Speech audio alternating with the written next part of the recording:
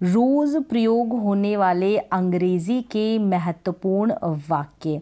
तो यहाँ पर आप सीखने वाले हैं ऐसे इम्पॉर्टेंट इंग्लिश के सेंटेंसेस जिनका इस्तेमाल आप डेली करते हैं, रोज़ करते हैं। इनके बिना आप अंग्रेज़ी का कोई वाक्य बोल ही नहीं पाते हैं या फिर लिख ही नहीं पाते हैं। तो ये कौन से वाक्य हैं, किस तरीके से आप इनका इस्तेमाल करेंगे, अगर आपको नहीं आते हैं तो किस तरीके से आप इनको सीख सकते हैं। ये जो सेंटेंसेस हैं इनकी शुरुआत इंग्लिश को सीखने से पहले स्टार्टिंग लेवल पे आप इनकी शुरुआत करें और स्टार्टिंग जो है यहाँ से करें, मतलब जो निचला स्तर होता है ना, बेसिक लेवल जो है अंग्रेज़ी का बोलने का, तो इन सेंटेंसेस से ही है। और ये सेंटेंसेस जो है आपको हर जगह काम आएंगे, हर जगह, चाहे आप स्कूल में हो, चाहे आप घर में हो, चाहे आप कॉलेज में हो, चाहे आप एक टीचर हो, तो भी ये आपके लिए बहुत यूज़फुल रहेंगे। तो मैं तरीका बताऊंगी इन वाक्यों को बनाने का। मतलब आप रट तो नहीं सकते, याद नहीं कर सकते, तो तरीका अगर आपको पता चल जाएगा तो आप अपने आप से इन सेंटेंसेस को बना लेंगे और बोल पाएंगे। कुछ करने के लिए कहते हैं और कुछ ना करने के लिए कहते हैं इन वाक्यों की, इन सेंटेंसेस की हेल्प से। किसी को कुछ करने के लिए कहना है तो आप इनका इस्तेमाल कर सकते हैं। कोई कुछ ना करे ऐसा कहना है तब भी आप इनका इस्तेमाल कर सकते हैं। तो रूल्स की हेल्प से आप सीख जाएंगे और ढेरों वाक्य बोल पाएंगे इंग्लिश के और बना पाएंगे। तो सबसे पहला जो रूल है वो देख लें। यहाँ पर इस्तेमाल करेंगे आप वर्ब की फर्स्ट फॉर्म का और फिर आप ऑब्जेक्ट ऐड कर देंगे और आपके लिए आपके सामने एक अंग्रेज़ी का वाक्य, इंग्लिश का सेंटेंस तैयार है बोलने के लिए। अब वर्ब क्या होती है? क्रिया होती है। जैसे मैंने आपको हमेशा बताया, वर्ब जो होती है क्रिया होती है, जो काम आप करते हैं वो सब वर्ब्स है, क्रियाएं हैं। जैसे कि खेलना, पढ़ना, जाना, आना, ये सब क्या है? ये वर्ब है ना। तो अगर एक ट्रिक के तौर पे बताऊं तो ना से जिन वर्ड्स की एंडिंग हो रही है ना, खेलना, पढ़ना, गाना, नाचना, कूदना, ये सारी की सारी वर्ब्स है, ये सारी की सारी क्रियाएं हैं, ना से एंडिंग हो रही है। अगर आपको वर्ब की पहचान नहीं करनी आती तो इस तरीके से आप कर सकते हो। लेकिन जब आपको सेंटेंस के तौर पे इनको बोलना है तो आप देखो कैसे बोलेंगे। जैसे कि खेलना नहीं बोलेंगे कि खेलना नहीं, आप सामने वाले जो भी है, कोई भी हो सकता है, तो आप जाकर खेलो, इस तरीके से ही बोलोगे ना, आप खेलो। या फिर आप सिंपल से वर्ड में आप कह सकते हो खेलो। पढ़ने के लिए कहोगे तो कहोगे पढ़ो, पढ़ना नहीं बोलोगे, आप कहोगे पढ़ो। आप कहोगे जाना नहीं, जाओ। आप कहोगे आना नहीं, आओ, इस तरीके से। ठीक है, खेलो, पढ़ो, जाओ, आओ, गाओ, कूदो, इस तरीके से आप सामने वाले को बोलोगे। तो यही वाक्य है शुरुआती लेवल के, यही सेंटेंसेस है जिनको आपको सीखना है। सीखना ही नहीं, तरीका भी आपको पता होना चाहिए उनको सीखने का। तो चलिए, जैसे कि यहाँ पर है गो। सबसे पहले आप किसी को भी कह रहे हो तो ज़रूरी नहीं आप एक वर्ब से भी एक सेंटेंस बना सकते हैं। तो आपने सीधा बोला कि गो, गो यहाँ से जाओ तो गो फ्रॉम हेयर, इस तरीके से बोल सकते हो। सिर्फ यहाँ पर सिंपल सा है वाक्य, गो, जाओ। नेक्स्ट है, अगर बोलना है आने के लिए तो आओ, तो आप सिंपल सा बोल सकते हो कम। आपको बोलना है खेलो, खेलो, तो आप सिंपल बोलेंगे प्ले। ठीक है, ये सारे सेंटेंसेस जब कि आप इनका इस्तेमाल कर सकते हो, तो ये गलत नहीं है। आप सोच रहे हो कि एक वर्ब से ही क्या सेंटेंस की एंडिंग हो गई? हाँ, बिल्कुल सही है। फिर है दौड़ो। दौड़ने के लिए आपको किसी को कहना है, कमांड कर रहे हैं कि दौड़ो, तो आप कहेंगे रन, आप कहेंगे रन। सुनो, सुनो के लिए, सुनना तो लिसन होता है, लेकिन सुनो आपको कहना है सुनो, तो आप कहेंगे लिसन। तो इस तरीके से जो वर्ब्स है ना, उनका इस्तेमाल आप इस तरीके से कर सकते हैं। किसी को कमांड देने के वाले को खेलने के लिए कहना है, दौड़ने के लिए कहना है, बैठने के लिए कहना है, तो आप ऐसे इस तरीके से वर्ब्स का इस्तेमाल कर सकते हो। फिर है सोचो। ठीक है, सोचो, सोचो, सोचो, इस तरीके से कहेंगे तो आप बोलेंगे थिंक, थिंक करो यानी कि सोचो, थिंक यानी कि सोचो। यहाँ बैठो, अब ये डबल हो गए हैं। ठीक है, अब मैंने आपको यहाँ पर रूल बता दिया कि आपको स्टार्टिंग में वर्ब की फर्स्ट फॉर्म लिखनी है और उसके बाद आपको ऑब्जेक्ट लिखना है, सिंपल सा। ऑब्जेक्ट का मतलब हो गया जो भी अदर वर्ड वर्ब के बाद जो भी बच जाता है। और सब्जेक्ट यहाँ पर नोन है कि आप सामने वाले को ही कह रहे हो, जो आपके सामने यू है ना उसको कह रहे हो।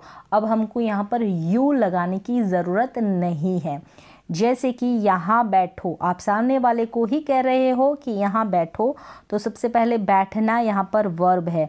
आप ये क्रॉस का निशान याद करें, पीछे से शुरुआत करें इस वाक्य को इंग्लिश में बनाने के लिए। बैठो यानी कि सिट, यहाँ यानी कि हेयर, इस तरीके से यहाँ बैठो, सिट हेयर। फॉर्मूला आपको याद है क्या है?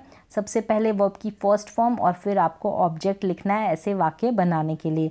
वहाँ जाओ, जाओ यहाँ पर वर्ब है तो गो आ गया, वहाँ यानी कि देयर, गो देयर, वहाँ जाओ। चाय पियो, आपको सामने वाले को कहना है कि चाय पियो, तो पियो यानी कि ड्रिंक करो, तो ड्रिंक क्या? T, drink tea. तो इस तरीके से आप बनाओगे। मुझे एक किताब दो, मुझे एक किताब दो या मुझे किताब दो। तो यहाँ पर सबसे पहले आपको वर्ब को पहचानना है, तो वर्ब आपको एंड में मिल रही है दो, ठीक है, एंड में ही मिल रही है दो, यानी कि गिव। गिव के बाद किसको दो? मुझे यानी कि मी। अब क्या दो? एक बुक यानी कि एक किताब, a book. Give me a book, मुझे एक किताब दो। मुझे एक पेंसिल दो, गिव मी अ पेंसिल। इस तरीके से आप और भी वाक्य बना सकते हैं। मुझे एक नोटबुक दो, गिव मी अ नोटबुक। मुझे एक बैग दो, गिव मी अ बैग। इस तरीके से आप और भी वाक्य बनाएं। बत्तियां बुझा दो, बत्तियां जो है उनको बुझा दो, बंद कर दो। तो बुझा देने की इंग्लिश होती है स्विच ऑफ कर देना, ठीक है। स्विच ऑफ किसको? The light, switch off the lights. आप एस लगा दें अगर यहाँ है ना, मतलब ज़्यादा की बात हो रही है, बहुत सारी लाइट्स की बात हो रही है, तो आप लाइट्स कर दें, स्विच ऑफ द लाइट्स, इस तरीके से। फिर है अपने से बड़ों की इज्जत करो, अपने से बड़ों की इज्जत करो। तो इज्जत करना मतलब रेस्पेक्ट करना, ये वर्ब है, काम है।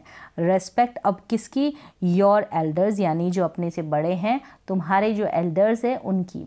रिस्पेक्ट योर एल्डर्स, बड़ों की या अपने बड़ों की इज्जत करो, रेस्पेक्ट करो, तो रिस्पेक्ट योर एल्डर्स। तो इस तरीके से पहला जो फॉर्मूला है ना वो फिनिश हो गया है, कंप्लीट हो गया है, और आपने वाक्य बनाने भी सीख लिए हैं।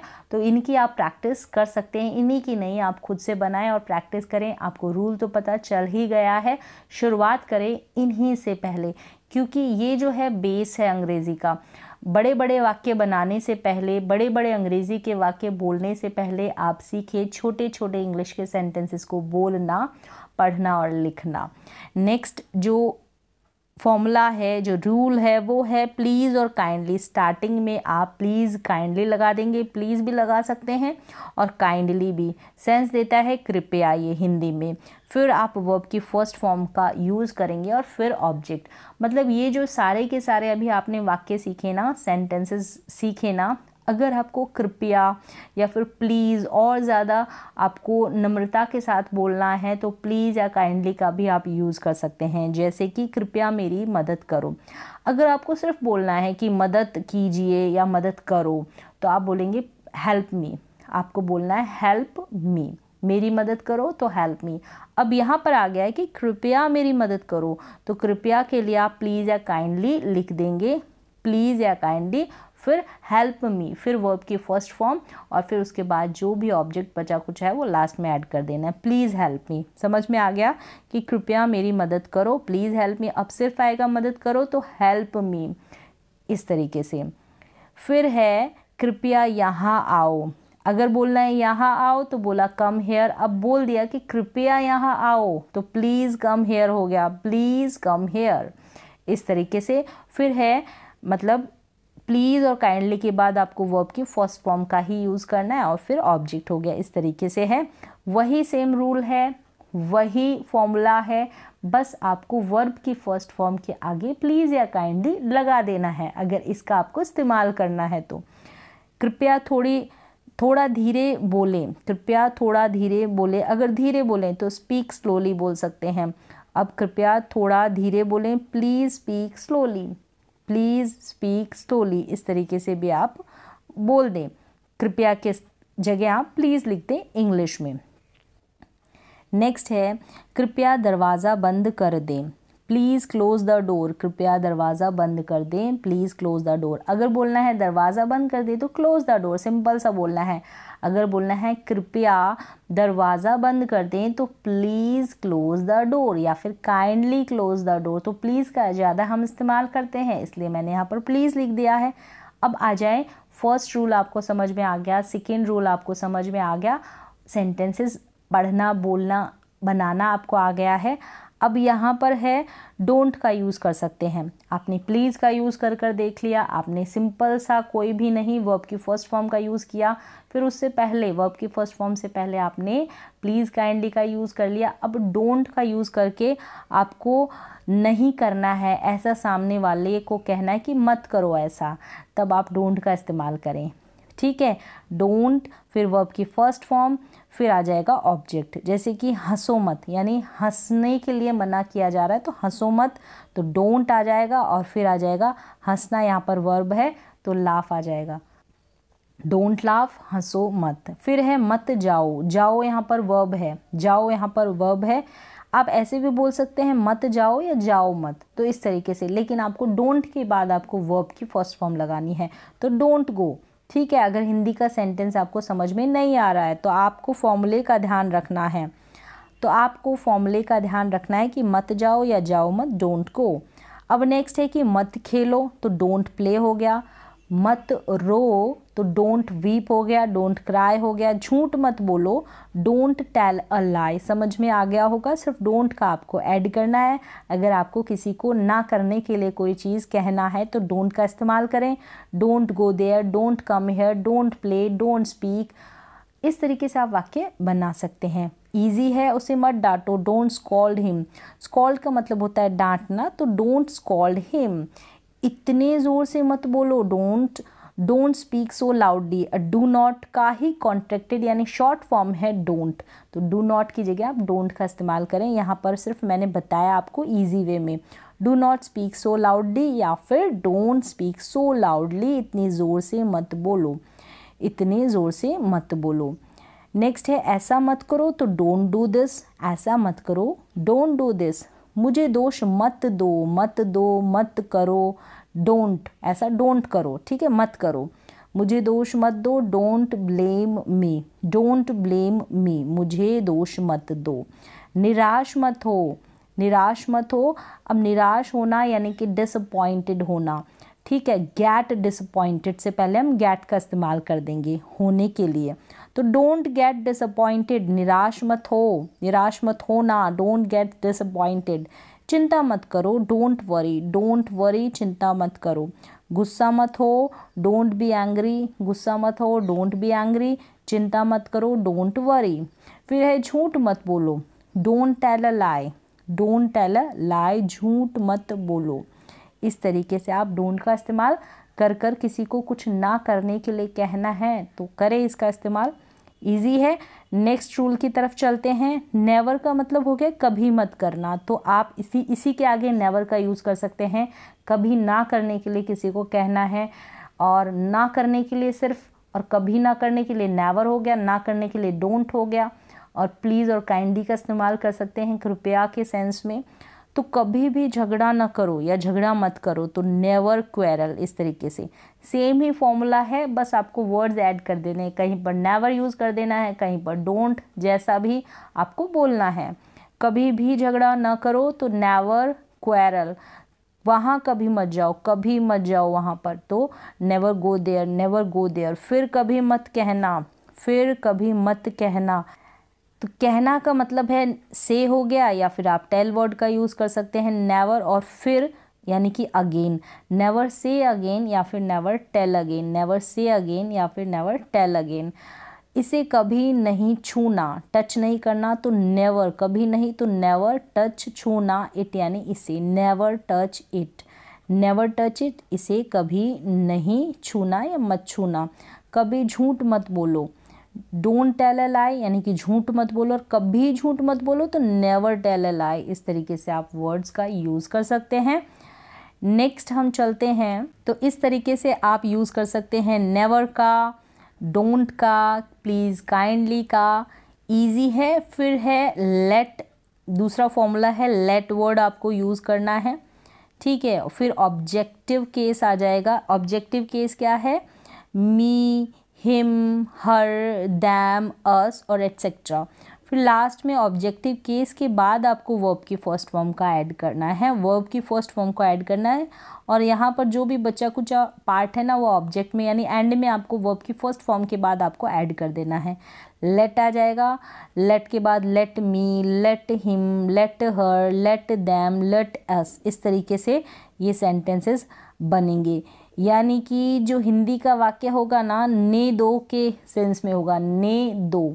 ये जो है ना, जैसे कि मुझे खेलने दो, ने दो आ गया ना लास्ट में, ये एंडिंग से आप ऐसे इस तरीके से जो हिंदी का वाक्य है उसको पहचान सकते हैं कि लेट से शुरू होने वाले हैं। यानी कि किसी को कोई काम करने देना, तब हम यूज़ करते हैं लेट का। अब करने देना, ना करने देने के लिए भी इसका इस्तेमाल किया जाएगा। मतलब पॉजिटिव सेंटेंस बनेगा तो नेगेटिव भी बनेगा, नकारात्मक भी बनेगा, ठीक है। मुझे खेलने दो, मुझे क्या काम करने दो? मुझे खेलने का काम करने दो, तो लेट मी प्ले। तो कोई भी काम करने देना तो लेट का इस्तेमाल करेंगे और उसके बाद आपको ऑब्जेक्टिव केस का यूज़ कर देना है। मुझे खेलने दो, लेट मी प्ले। मुझे बोलने दो, लेट मी स्पीक। मुझे पढ़ने दो, लेट मी स्टडी। मुझे जाने दो, लेट मी गो। तो इस तरीके से बहुत सारे वाक्य आप लेट का इस्तेमाल करके बोल सकते हैं अंग्रेज़ी में। मुझे जाने दो, लेट मी गो, तो ये मी हो गया, ये ऑब्जेक्टिव केस है। मुझे पढ़ने दो, लेट मी रीड। अब मी लिया है क्योंकि ज़्यादातर हम खुद से ही बोलते हैं कि हमें ये करने दो, हमें वो करने दो। तो मुझे पढ़ने दो, लेट मी रीड। मुझे सोचने दो, लेट मी थिंक। मुझे सोचने दो, लेट मी थिंक। उसे अंदर आने दो। अब उसे की बात हो गई, यहाँ पर मुझे की बात हो रही है, उसे यानी हिम। लेट हिम कम इन। हर का भी लेट हर कम इन का भी यूज़ कर सकते हैं। सामने वाली अगर कोई लड़की है तो ऑब्जेक्टिव केस आप चेंज कर दें। ऑब्जेक्टिव केस के बारे में मैंने आपको डिटेल में बताया, उनका मीन बताया है, यूज़ बताया है, हिज, हिम, हर, इन सभी का। तो मुझे खड़े रहने दो, मुझे खड़े रहने दो, लेट मी स्टैंड। मुझे बैठने दो, लेट मी सिट डाउन। इस तरीके से और भी आप वाक्य बनाएं कि मुझे टीवी देखने दो, लेट मी वॉच टेलीविज़न।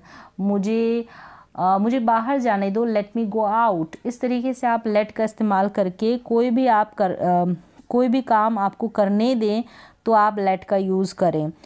तो इस तरीके से ये सारे के सारे सेंटेंसेस मैंने आपको बताए नहीं हैं, इनको किस तरीके से बनाकर बोला जाता है वो आपने सीखा है। तो आज की क्लास में बस इतना ही। मिलते हैं एक और नई एजुकेशनल क्लास के साथ। तब तक के लिए थैंक यू सो मच।